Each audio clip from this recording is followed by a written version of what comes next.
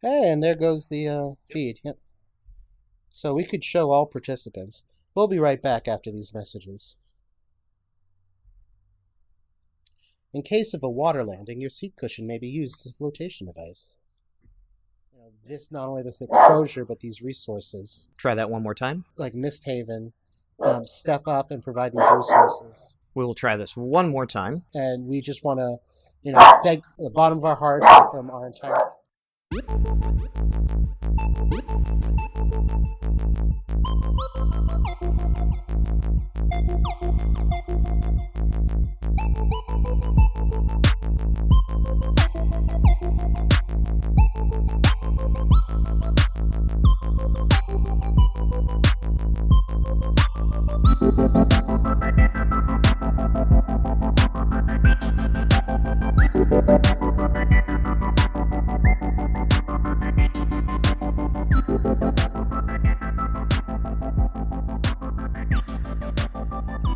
Hello, welcome to episode 19 of the Whiskey Podcast.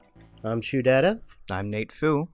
And it's cold outside. Yeah, California finally figured out what winter is for this week. Yeah. And mind you, cold for us is highs in the 50s with some light drizzles. Now, we're actually going to get some lows in the next week or so that approach freezing. Wow. So. Oh no, what are we going to do? Our evergreens are not so evergreen anymore. Got to get some of those Vermont mittens. Those look really cozy.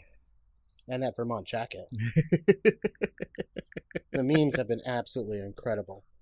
So yeah. What are we talking about today?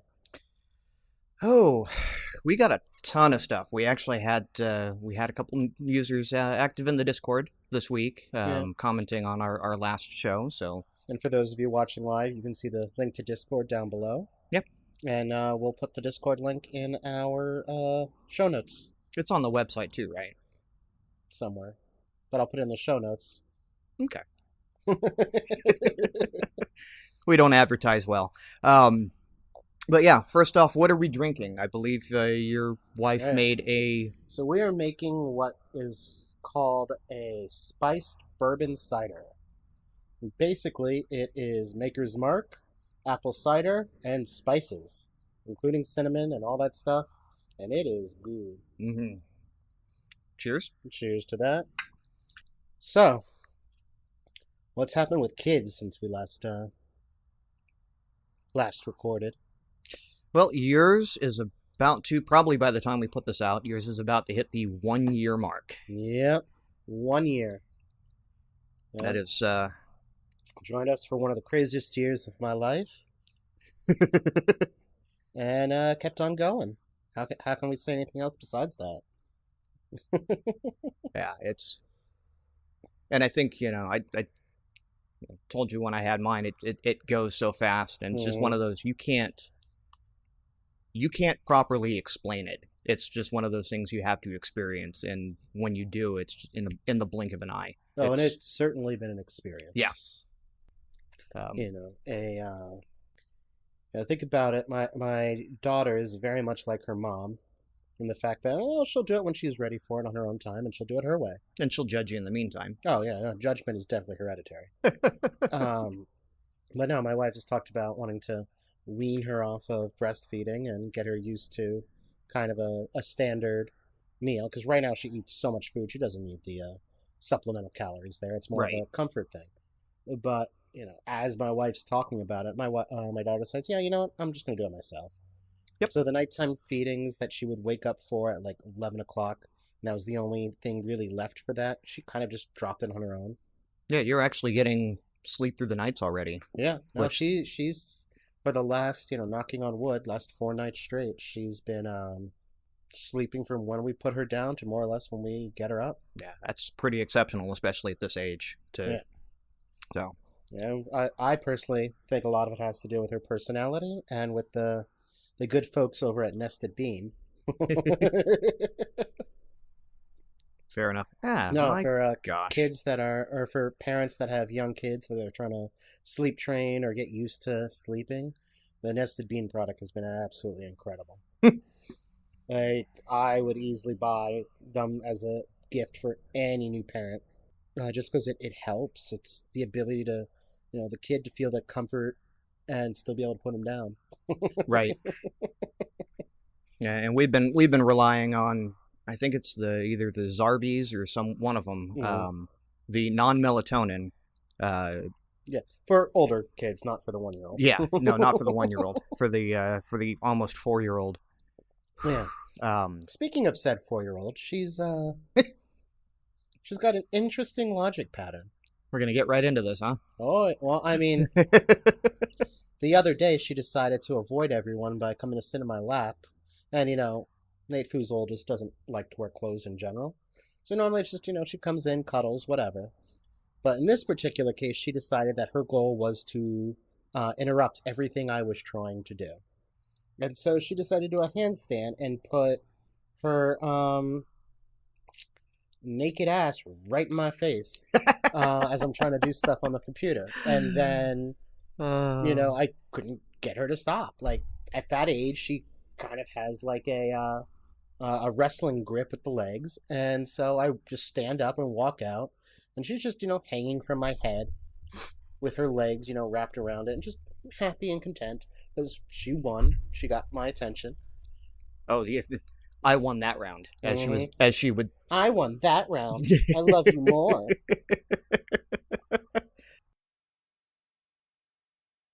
Oh, dude, we're actually doing this relatively unsupervised, uninterrupted.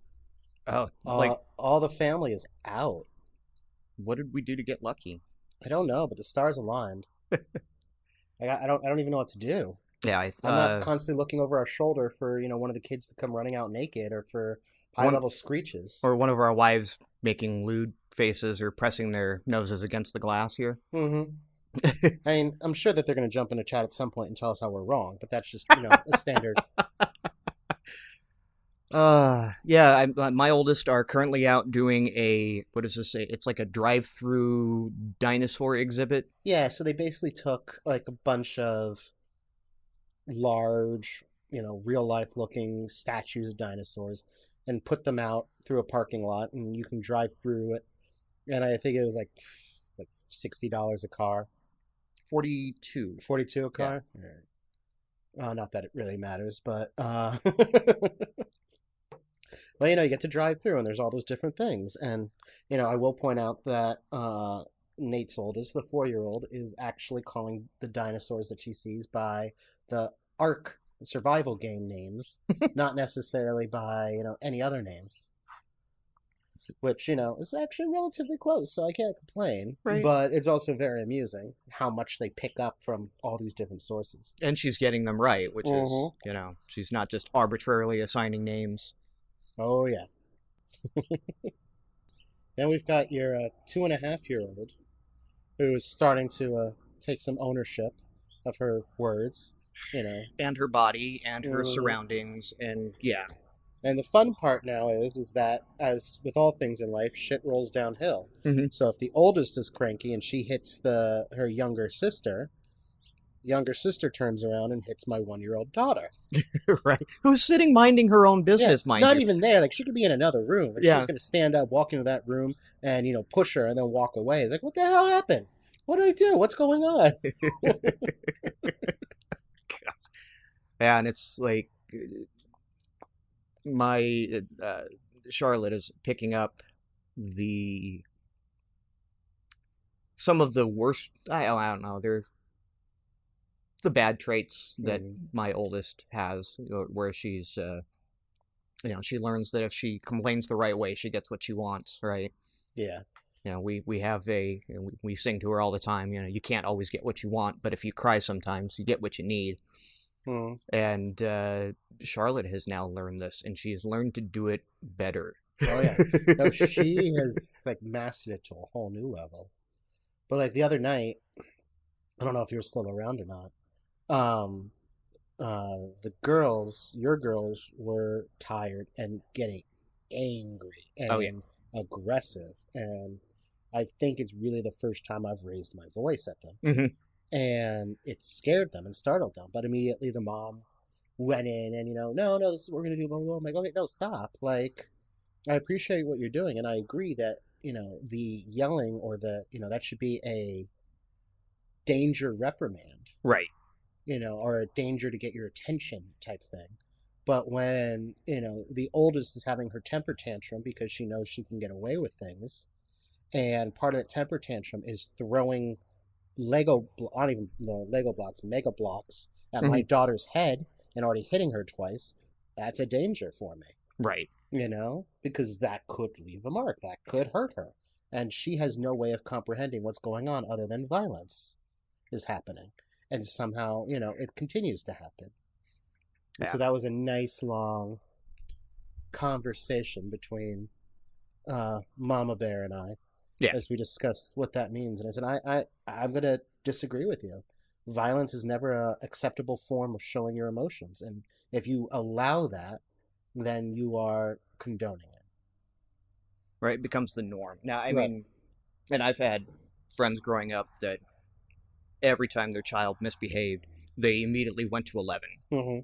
There's no point for that. Right. And what ended up happening with that is if you always go to 11 when you really need to, when they're about to, stick their hand in the fireplace or, right, there's nowhere left to escalate. So we used to, I used to go over to her house and her kids would start acting up and she would just start out top of her lungs yelling at the kids, and it just largely got ignored to the point where, all I had to do was stand up, show a little bit of an imposing look, and both kids immediately well, it's part of what they're trained for, Yeah. And right now, I 100% agree with the moms about it, that there is the need to get them to learn how to process their emotions and process their feelings, and feelings and emotions are valid. But the trigger point is, for me, is what do we consider a dangerous situation? Right. And if the dangerous situation is, something you can't control, that's easy. Kids wandering out into the, street and there's a car coming. Yeah, that's 100%, dangerous situation that you jump in. But when the danger is internal, that's a whole different beast. Because... And just like them, they're setting boundaries. They're trying to establish boundaries with us. But that boundary needs to be set on both sides as well. Exactly. So, and very often because our families are so cohabitant, codependent, co-everything at this point, your daughters are pretty much the older daughter for older sister for my kid. So she mimics everything that they do, and she started getting to the point where, if she doesn't like something, she'll go to swing at people. I'm like, no, we're stopping that now. Right. We're squishing it because that's not acceptable. Yeah. And, I think everyone has their own way of parenting, good or bad, for whatever reasons, partly their own upbringings and their own priorities. But that's one thing that I'm driving home across the board. We ain't playing that shit here. But no, and it's all about them establishing their emotions or their boundaries and figuring out their emotions. Like, was it last night your oldest was throwing a hissy fit because she demanded to be brought back to our house because she was afraid that if she went to sleep, she'd forget her best friend in the whole world, Auntie Bear. And so Auntie Bear had to, get a framed picture of the two of them that, your daughter could have so that she would never forget Auntie Bear. That's and hilarious. It's like, where are you getting this from, first of all? At the same time, she'll look and look at that lava out there. But when it's inside the volcano, it's called magma. And I'm like, well, what are you watching? I'm waiting for her to come up to me at some point and go, actually, I watched on the internet, and this is what they said. Yeah, but,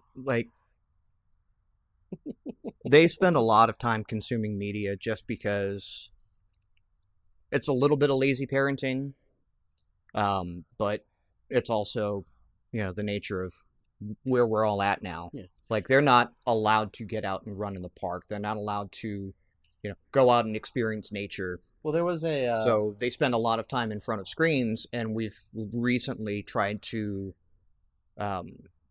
guide that information to more, STEM topics, science, nature, animals, and less of this meaningless drivel, toy openings and, for lack of a better term, Nickelodeon style. Let's watch people get slimed or exactly, or the same animated show over and over and over and over and over again. Just let it go.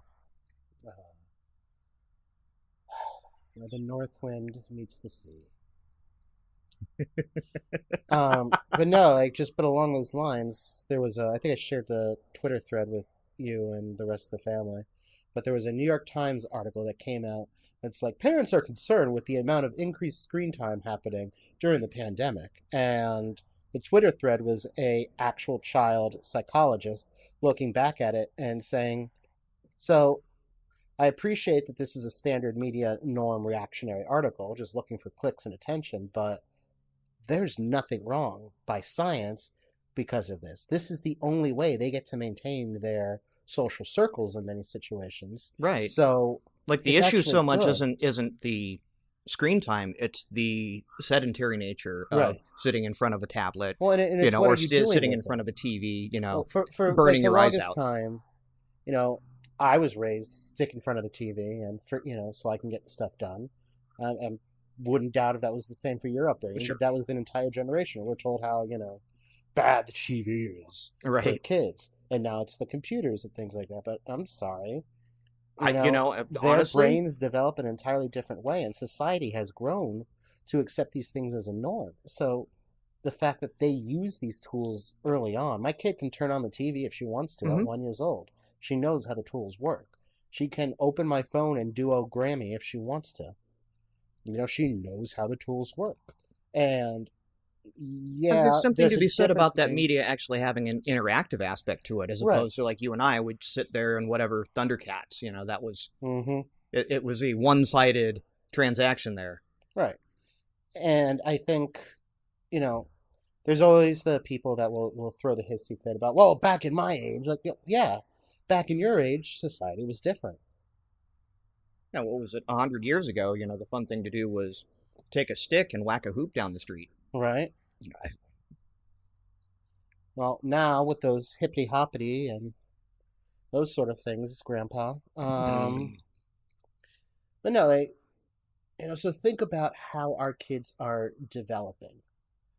Every one of our kids is at a point where it's like they have a much different worldview.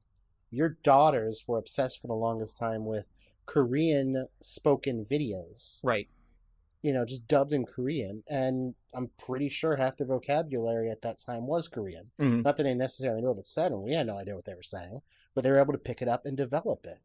It's suddenly the world is opening up in ways than just, who's around the corner. Yeah. And that's still there. And their brains are more attuned to, there are people that look different than you and speak different than you. And they're exposed to more culture than anyone in my generation, unless you served in the military. Right. And I think that's the driving factor is technology inherently is, like, to a degree, traveling, because it brings access to things closer to you than you ever would have just sitting on your own. Right. And, there's a lot of people now that, like, look at technology and everything that's going on, especially with the, domestic terrorism attack on D.C., those sort of things, that like, oh, technology is bad. It just creates echo chambers that allow this radicalization to happen. And there's a degree of double-edged sword, but, but where did those ideas come from in the first place that people could reach out and, have those connections in general? Yeah. And it's a larger scale version of sitting at the cool kids table. Right.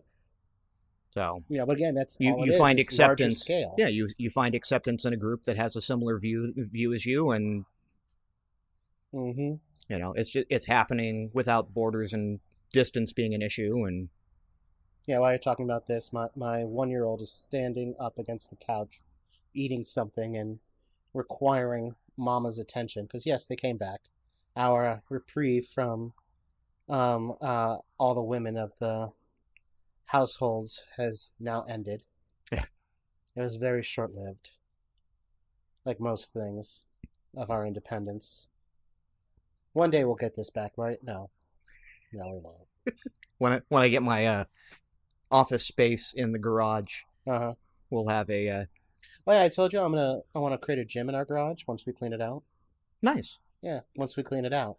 We've lived here for 3 years. Mm-hmm. Lived here for 3 years, and has it been that long already? Yeah, just about. Wow. Lived here for 3 years, and there's stuff in boxes in the garage here that has not left boxes in 15 years. And that's one of those situations that I'm like, if you can't even remind me what's in this box here, why are we keeping it? Well, we might use it someday. When? When are we going to use it? When the stars align and, Elijah comes to the table and we have the second coming of Christ and we all live happily ever after, then we're going to bring out the Fiesta wear. Yeah. We've got a ton of Fiesta wear. If anyone is looking to acquire some Fiesta wear, hit us up. And then we've got books. But we don't even know what books we have and don't have. Because, so one thing as a teacher is very often, most of the time, you are responsible for everything in your classroom. And that includes those libraries that that are created and set up for kids in elementary school based on reading capabilities, things like that. The teacher has to provide all of that. So my wife has like 28 copies of the same book in some cases because she needed to be able to have the class read it. Right. And very often you would have a large amount of students who are at the same reading level. The problem is partly they're in open boxes and the garage is not secure. And recently we found that we've got a critter of some sort, an unexpected, unwanted guest. And I'm like, I just see that between that, the mildew, those books not lasting long because they're not there. Right. And then if they do survive, nothing is sorted in such a way that we could easily, figure out what's in what box. So, yes, this is the episode of me griping about our garage. The joys of, homesteading, I would say. Yeah. Speaking of homesteading, are we done with anything else with the kids right now? Any other exciting things that they're using to drive us insane? I mean, take over the world? I mean, develop and grow into normal human beings? No, we're still in a pandemic, so getting them back into, my oldest is, 1 year away from being in kindergarten. And again, with the wives being teachers, who knows when they're going to go back, and when they do, daycare. Yeah, speaking of, my wife is starting to do assessments for her kids, her kindergarten kids again. So I wouldn't be surprised if your daughter gets assessed again. So we'll see I appreciate that about her. How much she does. How well she does. Keeps me on my toes and lets me know exactly where. Well, your 3.5-year-old is already, farther ahead and farther developed in many, basic capabilities than the typical kindergartner. So that's without a quote-unquote preschool environment. Right. Yeah, it is. That's the thing. Like, for these kids, none of it was they're being forced to learn this, or we're going to sit down and learn things now. They were legitimately interested and then followed through with it, and then were provided things to support their interest. And they did this on their own. Imagine if we actually let them have the hamster that your oldest keeps asking for. We have enough pets. Oh, come on. 4 cats, a fish tank. Got the hawks that'll occasionally visit in the backyard. Right. All the critters that show up in my backyard because I've got a nature preserve at all times of the year. Speaking of preserve, you guys set up a date yet for your fence?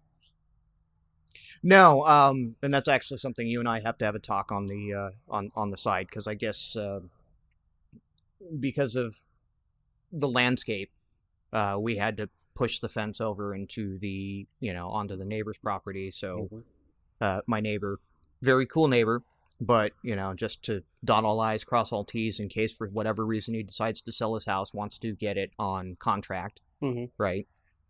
And the reason we weren't doing it on our property line is because there was going to be added costs to go over a particular tree route, a few $100s extra. So it was like, oh, we'll save some money. But the issue we're finding is, in order to do this contract right, the legal fees are equaling, if not more, than that extra labor. So we may end up having to reassess and just do the extra labor and not have to deal with...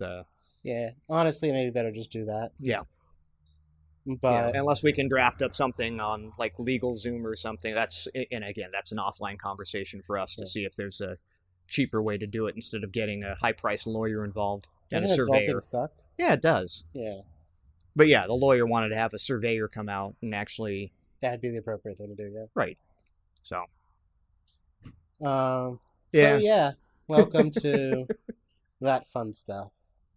But along the line of home ownership and the excitement that goes with it. So after our last podcast, we had a couple of listeners and friends join us on our Discord channel and kind of ping us back with opinions and different thoughts on cost of living and what you can buy in different states. Right. And what the difference is between living in California versus living in more rural situations. Yeah, in other states. Our conversation last week was, when we approached this topic, we were mainly coming from it from a living in California perspective, right? And our two members of our Discord were, chimed in with, one of them lives up in rural Idaho, and the other one I want to say is in Kansas. Yeah, I think he said. No, at one point he lived in Kansas. I don't know if he's there now. Right. And you and I have both, we haven't always lived in California, so we also have a similar perspective. Like I spent a year out in Northwest Florida where cost of living is cheap. I grew up all across the country. Mm-hmm. I still remember looking at the, my father showed me the bill of sale for one of our houses, and just out of humor, he went back and looked it up just to see what it would be worth now had we stayed there. Right. And we had a 8-bedroom, 9-bath estate, for lack of a better term, in Louisville, Kentucky. That back in I want to say it was 78, 79. He purchased for $32,000. Yep. That same house, when he looked back to see what it was worth, and this was about, I want to say 5 or 6 years ago, was $450,000. Yeah. Which is that's a huge step up, but my house was more than $450,000, and it's a, 3-bedroom, 1 and 3/4 bath, 1,200 square foot house. And just to kind of do comps for that around here, there's some alumni designers that I work with, and you've definitely seen their work if you've watched any kind of TV over the last 30 years. But they bought a house in the Hollywood Hills. It's it's got a separate studio area that they've made, pool, really small lot. Really nice because they're designers and they built it out. But they spent $140,000 in the 80s for it, and in 2011 it was worth $2.1 million. Yeah. And I mean, there's a lot of factors that go into it depending on where you live. California isn't expensive necessarily just because everyone wants to be in California. A lot of those prices are actually artificially inflated. Oh, very much so. But Irish had chimed in, because we were talking about it being impossible, not even near impossible to live where we live on a single income unless you have an exceptionally, well-paying job, 6 figures up. And he had chimed in. He goes, I'm a solo income, median income around here, in his parts was $50,000. Yeah. And he was able to afford a 5-bedroom, 6-bath house because for whatever reason, 6 kids, right? Yeah, whatever reason, need the extra shitter. You need the extra shitter in case everyone in the house has to go at the same time. And then it's you've like, got yeah, adjust that's the cost of living elsewhere is definitely drastically But different. what does he do? I want to say he drives for a distribution company. Yeah. So, and that's something I wanted to chime in there also. What we're seeing now, and this might actually be one of the biggest benefits of COVID, Mm-hmm. is that with remote work, suddenly people don't need to be in the expensive locations Right. to do the expensive jobs. A driver who's going to drive, anywhere in the U.S. is going to consistently have an average salary, across the U.S. no matter where they are. So, yeah, the price might be very nice in rural Idaho. That's also the same money that he would be making if he were living in L.A. and doing the same thing. Mm-hmm. So, that's a hard comparison because, he's making the quote unquote big money numbers where the cost of living is high. And just because the nature of the work is able to raise the family, put down roots, and do those sort of things in an area where that's not expensive. Right. And the other thing he brought up also was a lot of people are leaving California, selling their homes, and buying these huge mansions for a fraction of the price. Mm-hmm. And I said, yeah, but where did they get the money in the first place Right. to buy those? You'd have to get the money first. Right. Yeah. And if you've got a job that's going to pay $120,000 and a high cost of living, and you put that money into a mortgage, into a house or something, but that same job's going to pay you $40,000 for living someplace else, part of me would say go to the place with the higher cost of living, put that money and invest it in some way so that when you're ready to move and take advantage of that extra money, Mm-hmm. You can sell it off and your dollar goes farther. Yeah, and again, you move somewhere else, like you've had job prospects, Mm-hmm. that were not in California, and the pay dropped commensurate to the cost of living. Mm-hmm. In many cases, yeah. I mean, some places it would have been, like, Vegas would have been very similar to here. The problem is it would be 2 homes that I would need to get to work in Vegas. Right. Going overseas, you wouldn't need a house at all. And there was the whole debate that came up recently about or it's still ongoing. It's always going to be ongoing, unfortunately. The minimum wage and what goes into it, and they like to equate it to military and enlisted in private salaries. Mm-hmm. And I want to say it's 28,000 enlisted or a private second or third category Right. makes in the Army. And some people are saying, why should essential workers make more than what they would make? And my response is, well, I think that's ridiculously low for people that, lower their money. But that being said, as such an individual, you're making 27,000 plus you don't pay room and board. Right. You're Plus provided you get, housing. Meals provided for you. Mm-hmm. Plus you never have a medical expense as long as you're, enlisted and doing it at that rate. Plus the, VA benefits. VA benefits, plus the benefits for your pensions family once you leave. Plus, exactly. So, I mean, there's a number of elements to it that, you could very easily take that entire money that also is taxed differently Mm-hmm. and just put it in your pocket, put it in savings, invest it, because you don't need it to live on. Right. It's extra fund money. You're not paying bills with it because your bills are already covered. You'll say, well, what about, members with spouses and kids? There's extra money, tax-free, given by the military services for that. Mm-hmm. So, it's looking at the overall bigger package. Now, I'm having the same conversation with my boss and the owner of the company I work with right now, where, it's a relatively small startup, Mm-hmm. but they are looking to grow and they want to bring me on full time. And I said, right now, it's honestly cheaper for all of us if I stay a contractor than go W-2. And, he can't grasp that. Why would you doing that? I'm like, well, look at it from your side first. If you're going to pay me the same amount that I'm making as a contractor, that means your costs are going up 20% just because of payroll taxes Mm-hmm. and, state disability and unemployment and those sort of things. Then if you're going to put any money towards health insurance, typically that's anywhere from $200 to $500 a month as a standard company. Mm-hmm. that you're putting in there. As a W-2 employee, you have to make sure I have other benefits provided, paid time off. So what's that in there for you that you have to now calculate that as an extra, spend, whatever.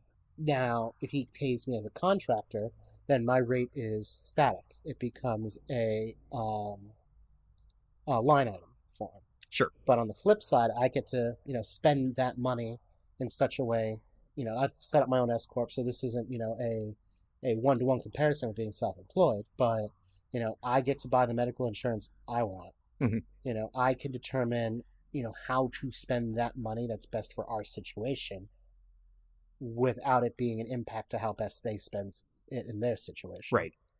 And taxes are still paid. It's not cheating. It's not anything like that. But, especially out here in California, it's required now by law, basically, if you make over a certain amount of money that you have your own LLC or corporation or something, because that's how they'll track that you're making sure you're paying your taxes correctly.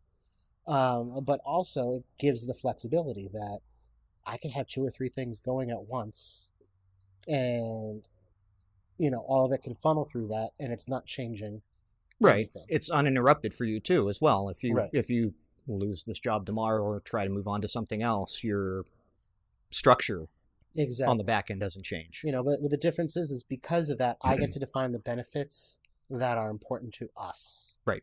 Like, part of those benefits could be a gym allowance. That's a standard thing that you hear a lot in standard businesses. And while my company that I'm working with now may or may not offer it, it's irrelevant if they do, because that is something that we can work into how we're structured internally. Mm-hmm. And so with that, again, how did we get here? Cost of living. Cost of living, yeah. The cost of living comes with certain perks and draws that aren't necessarily direct financial. And this is something that I believe Irish brought up as well, and, Burning Wing brought up to a certain degree, in that, cost of living is very often looked at the financials, but there's a cost of living that's associated with the emotional toll on things. Do you want to be near your family, or do you want a GTFO?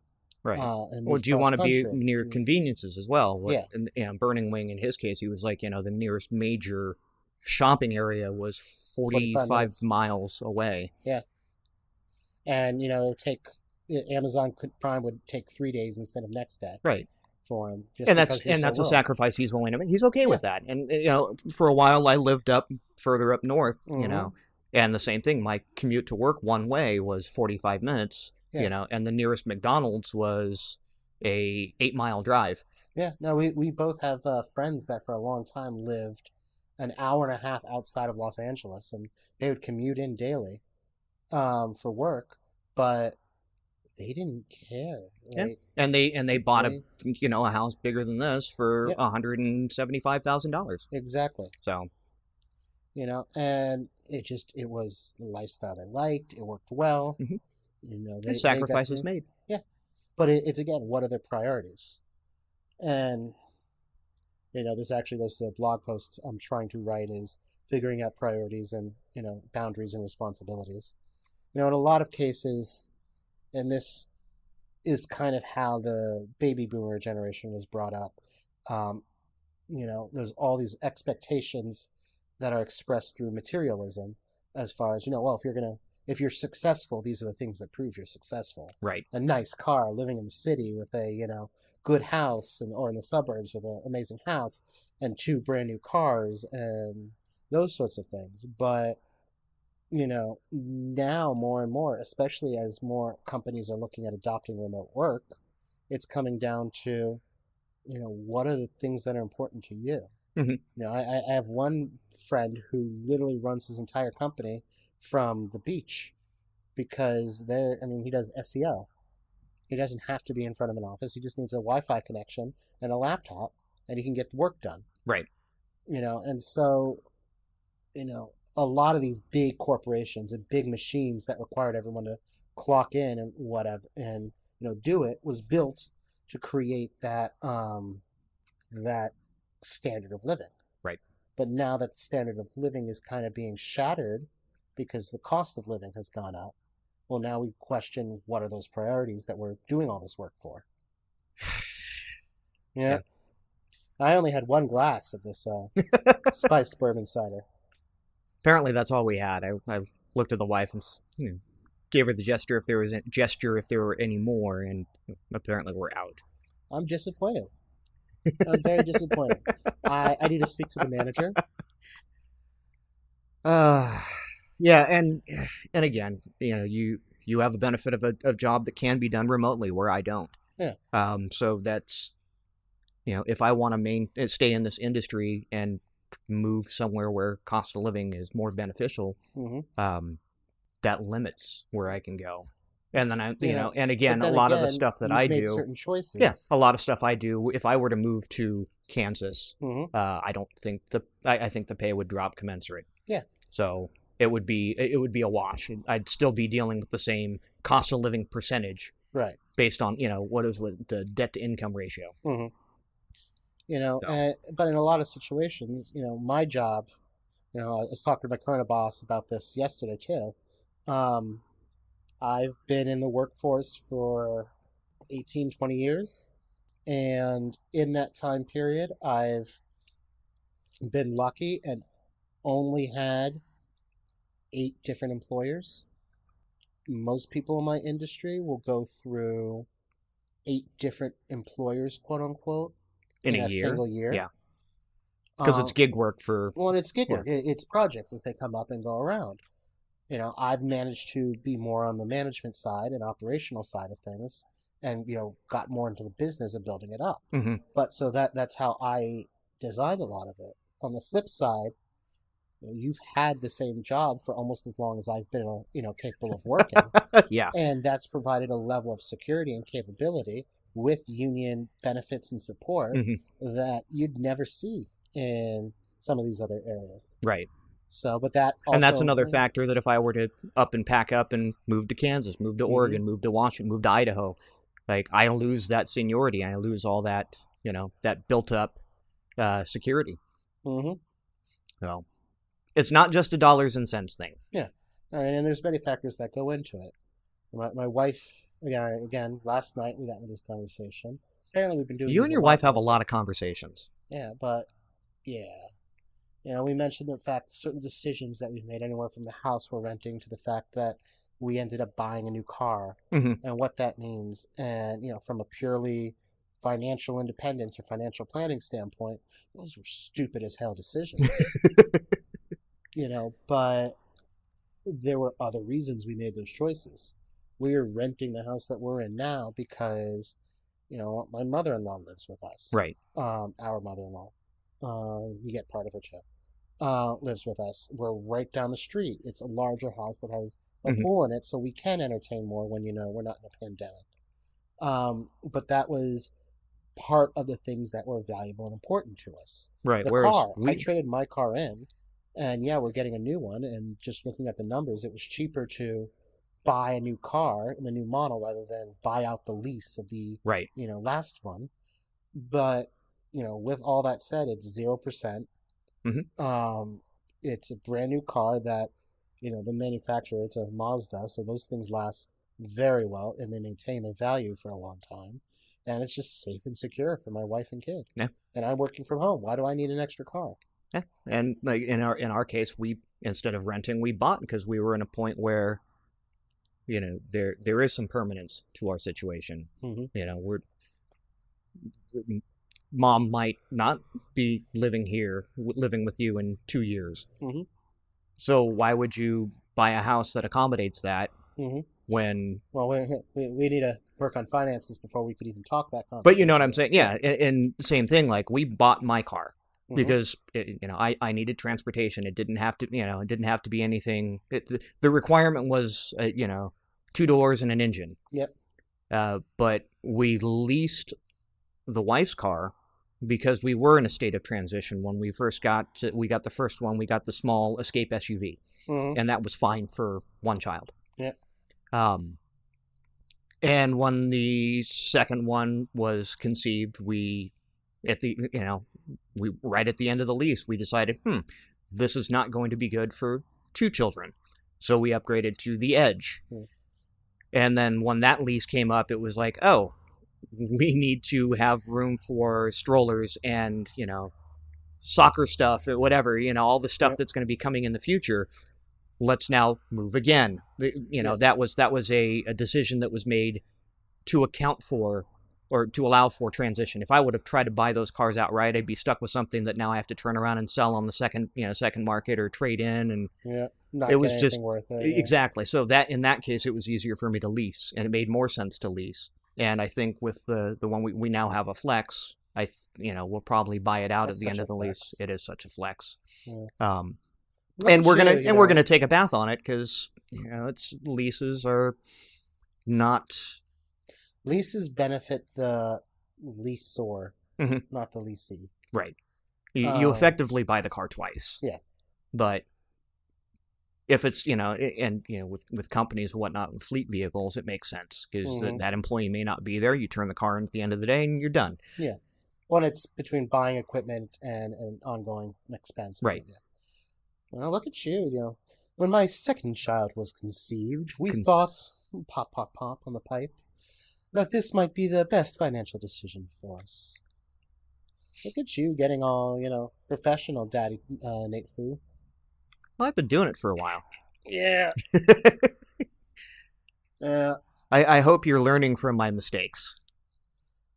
Well, I'm learning to cover whenever your daughter starts to headbutt. I still apparently have one more I'm required to deliver.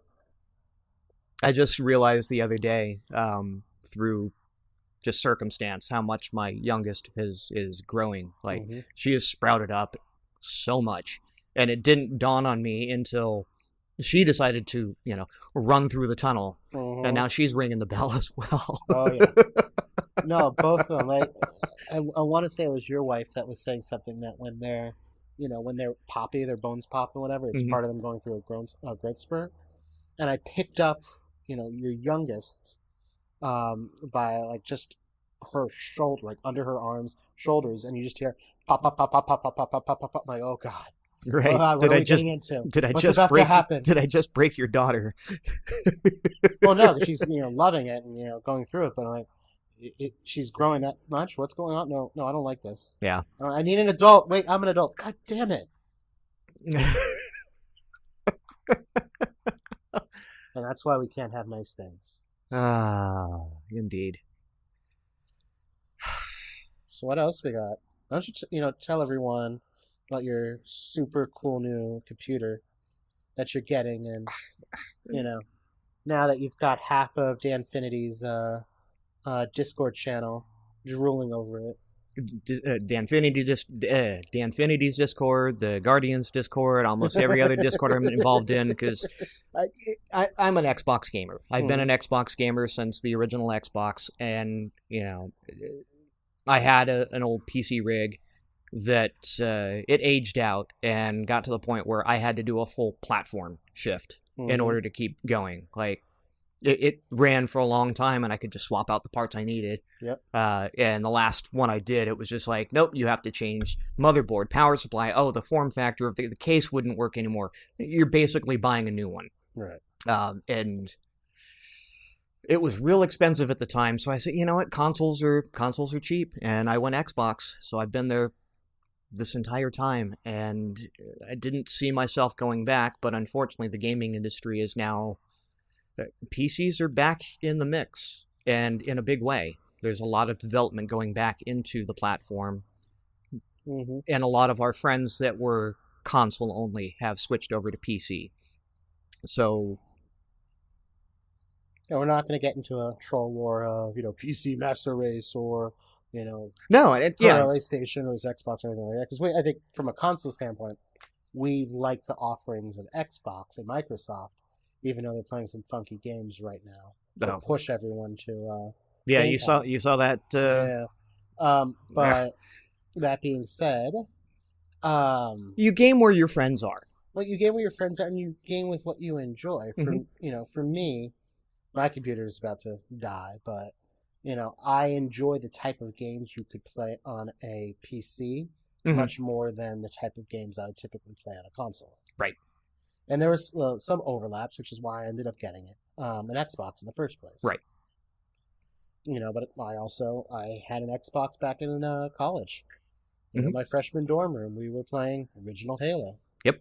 But yeah, and the communities that we've gotten involved in, a lot of them, especially, Dan's, because Destiny, the majority of the population up until this point was on PlayStation. Mm-hmm. So we were kind of the bastard children of the group, the ragtag bunch of holdouts sitting over on Xbox, but we could never play with them because, cross-play and whatnot wasn't a thing. And when PC came out, everyone, just because the quality of the game, it's best played on PC, right, moved over there. And now I have an opportunity and friends to play with on the platform. So I'll get back into playing at some point. Through happenstance and circumstance, the wife teaching from home and using crappy district provided equipment, got fed up with it, with it constantly crashing and trying to get IT to handle this required you to box up your system. Mm-hmm. Thankfully they're iMacs, so it's, unplug it. Take the whole thing. It's not hard, but go take it over to go take it over to the school, drop it off, hope that IT can come within the next couple days, take it back to their shop, fix it, drop it back off the school, then you got to drive back out to the school, pick it back up. So, and what do you do in the 7 to 10 business days that it takes to fix that, if they can fix it, or give you new equipment and you've got to right? It's just such a pain in the butt that she goes, I'm done. And she had already been using my current system. Right. So she wanted one of her own, and she's not gaming on it. She doesn't need a whole lot, just much like, your wife, you built a system for her for like $650. Yeah, I think it total came to $700. Yeah. Including a new mouse. Yeah, $700 and change, but it's, as far as gaming is concerned, it's already outdated. Well, it's significantly outdated, but it runs a hell of a lot better than my rig that I originally built for gaming. Right. So I had the choice of doing that, getting her a bare bones system that once she goes back to school is going to go largely unused, or spend a little bit more, well, a lot bit more in my case, to upgrade my system that I'm going to use for gaming, that I'm going to use for streaming, that I'm going to use for podcasting. I'm doing all this stuff already, so I can justify the cost of spending a little bit more, right, and having a little bit more headroom on it. So I ended up buying an i9 10850 with a GTX 3070 in it. And it's got all the RGB. He's now an RGB. No, I did not get any. I actually purposely selected no RGB. I want a computer, not a fish tank. No, I got showing. But I did do liquid cooling, which I thought I said I would never do, and I'm still I'm hand wringing on it because water and electronics is not something. Yeah. But you can't even really. You pay more now for air fans. Yeah. And it's noisy and. Yeah. Unless it's a Noctua, in which cases, but just tangenting off of that, the artwork that I'm seeing coming out of people that are now building computers. Mm-hmm. There was this I forgot the name of the company, but they basically did a resin based PC case that had some translucent and then color flows in the case itself. And it was absolutely like a gorgeous sculpture before you forget, figure out what's inside it, how powerful it is. Well, I was cracking up. That's like a $10,000 computer because it's a piece of art. It's not just a... I was cracking up when I was building this. It was like, oh, you got a liquid cooler, and all of a sudden the next little pop down comes in and says, okay, what color do you want the coolant to be? And I'm going, why does that matter? So I immediately hit Google. I'm like, why does the color of the coolant this are higher grades, different colors? What am I missing here? And I started seeing these builds where, because of the RGB and whatnot, or the lighting inside the case and the clear tubing, it now gives this weird, colorful glowing, and it's like, wow, these things are. pieces of art, and people are taking them out from under the desk and out from under the cubby holes, and they're putting them up behind them as their showpieces. Like you look at some of the major streamers now, and you actually see who was it? Lupo has 3 computers running whenever he goes. I would love to just walk in that room and see the setup, because like he's here on his screens, but all 3 computers are behind him, like 15 or 10 feet behind him, all on a table, all backlit. Right, and it's gorgeous. It's an amazing use of space and capability. I want to see the cable management on that. Right. Speaking of management, it looks like your wife and your 2 kids are now back. Yay! So I would consider this the beginning of our let's start wrapping it up. Down. I built a decent gaming rig that everyone is jealous of, and I crack up now because I remember when they built theirs with their 2080s, and I was hella jealous, and that was less than a year ago. Yeah. So in 6 months' time, someone else is going to drop into the channel and go, "Hey, I built a gaming rig with the 4000 series or the whatever," and they're going to all forget about the badass gaming rig I currently have. But now, it's getting so expensive that part of it used to be we'd enjoy building the computers ourselves, but the equipment is so hard to get unless you're a builder. It's so expensive as a result of it that it's kind of just. Yeah, a couple of people actually kind of dinged me on that. They're like, well, I thought you said you bought one, you're having someone else build it. And it's like, I don't have the source to get these parts. So it made, sure, I could have, told... I'd rather spend the $150. That's the difference between me buying all the pieces retail and then having them build it, rather than me having to buy the pieces scalped or wait a year and a half and hope that they come back around. Yeah. So, but I've got a good platform to work with now. Yeah. As you'll find out by the quality of these recordings on the audio portion of it. I'll actually be able to edit stuff and not have to wait the freaking 40 seconds just to do the filter pass on each one of our tracks. Dude, I set up... I like the lighting, by the way. Now that it's dimmed out, you can really... It comes out really nice. Yeah, we got these LED you see the difference $20... there? Well, I'm seeing it through the remote desktop. You'll see it when it kicks off there. Yeah. But yeah, we got these. I got it on Lightning Deal. These newer LED NEEWER. EER. Yeah. NEWEER. There you go. Basically like LED panels. Here. And I got it for like $25, $26 on a Lightning Deal from Amazon. We'll link it in the show notes. Normally they're like $50 or whatever. 40. 40? Yep. And they're USB powered. They come with a number of different filters, and they are absolutely incredible. And different stands, different connectors. Yeah, I'll link it. I'll go ahead and pop that up there. Yeah. I'd say for just a quick product review, using it this one time, they're not. One of the reasons I hadn't done a key light or a ring light or whatnot is I really don't like being blasted in the face. And these are, at full tick, they're relatively comfortable. Yeah. So. And I mean, we're not staring at them, which is nice also. Yeah, so I already ordered my set. We talked to your computer.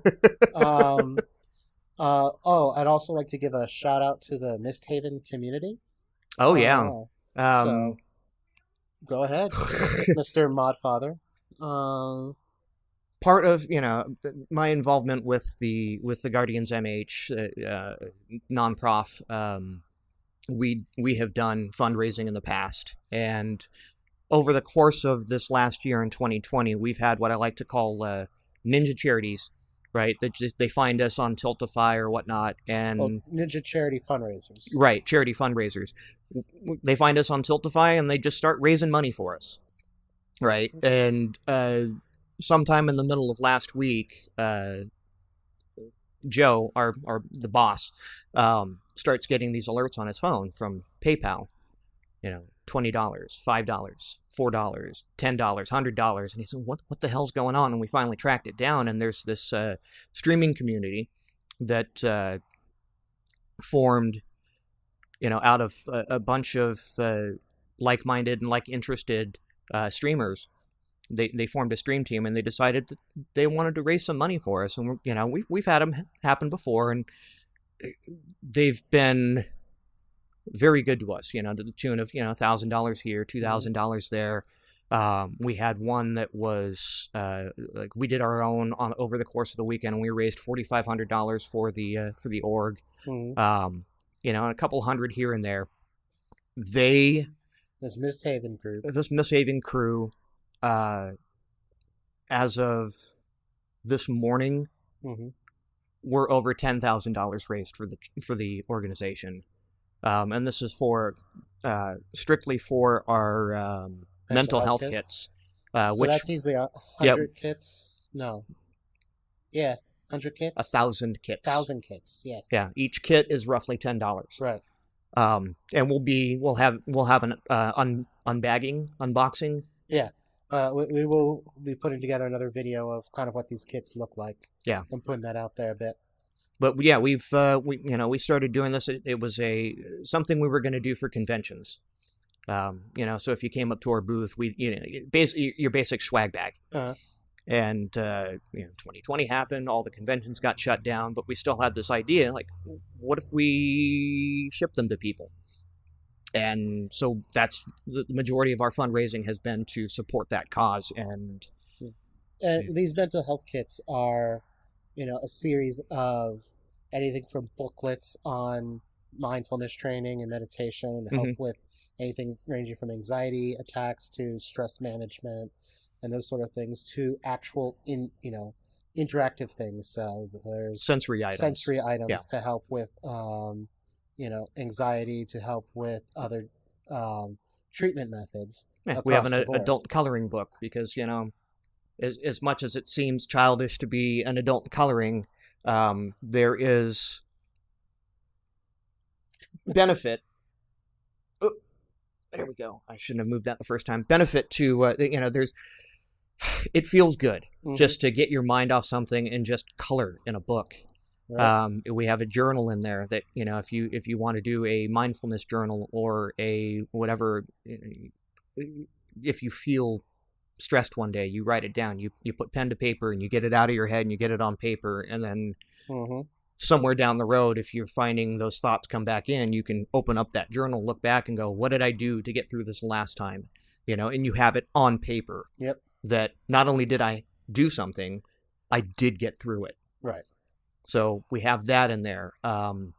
We have a bunch of self-care plans. The stop technique, and again, we'll go into that when we do the unboxing. Yeah. So these have been well received, and so long story short, these products we've already given out as the Guardians Mental Health Group over 500 of them. Over 500 of these kits, and it's entirely been through donations and fundraising. And to have a group of streamers step up, have a group like Misthaven step up and provide us this fundraising and resources has been absolutely fantastic. Yeah. And we want to thank them from the bottom of our hearts and our entire community. So with that, I think it's time that we need to end. So from episode 19, I'm Chew-Data. You can find me at Chew-Data 2020 on Instagram, Twitch, YouTube, Twitter, and debuffeddad.com. Yep. And I'm Nate Fu. You can find me on Twitter at GGNateFu, N8FOO, because I've had people look for me the wrong place or tag the wrong Nate Fu. That's a whole nother story. Find me on Twitch whenever I can get back on there, which hopefully soon with the new gaming rig. That will be happening at just Nate Fu, and lurking in basically every Discord you can find. Right. So until then, we'll see you probably in a couple of weeks. Have a good day. Later, all.